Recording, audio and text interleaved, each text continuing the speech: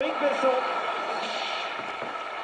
Et oui, le comeback, le retour d'Éric Besson. Et à peine il revient, paf, il est dans le flop. C'est normal, il avait promis qu'il ne briguerait pas un 4e mandat dans sa ville de Donzère, c'est dans la Drôme. Et finalement, paf, qu'est-ce qui se passe? Il décide de se représenter. Bon, c'est pas vraiment étonnant hein, de la part d'Éric Besson. En 2007, il était passé, on s'en souvient, de Ségolène Royal à Nicolas Sarkozy en pleine campagne présidentielle. D'ailleurs, Donzère est le seul petit village de France qui est passé de gauche à droite sans changer de maire. C'est pas mal déjà.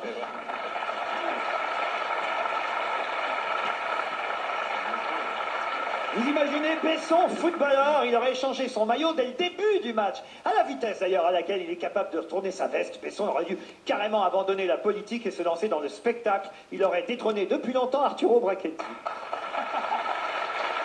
Natacha, franchement c'est ridicule ce retour. Évidemment que c'est ridicule, mais c'est d'autant plus ridicule et terrible que cet homme va rester à vie le traître.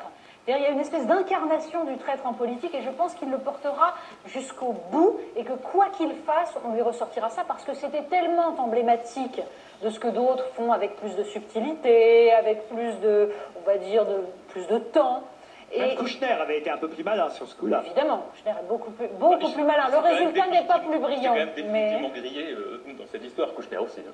C'est ce que je dis. Le résultat n'est pas plus brillant. Ouais. Mais Kouchner fait ça avec sans doute beaucoup plus de subtilité. Finalement, je pense que finalement j'aurais presque une tendresse pour Éric Besson qui a fait ça carrément, totalement, de façon épouvantable, de façon atroce. Je pense que c'est pas d'Audiard qui dit à ce niveau-là d'hypocrisie, c'est de la franchise. Exactement, c'est la phrase à laquelle j'étais en train de penser. C'est tout à fait ça. Deuxième du Flop 10 cette semaine.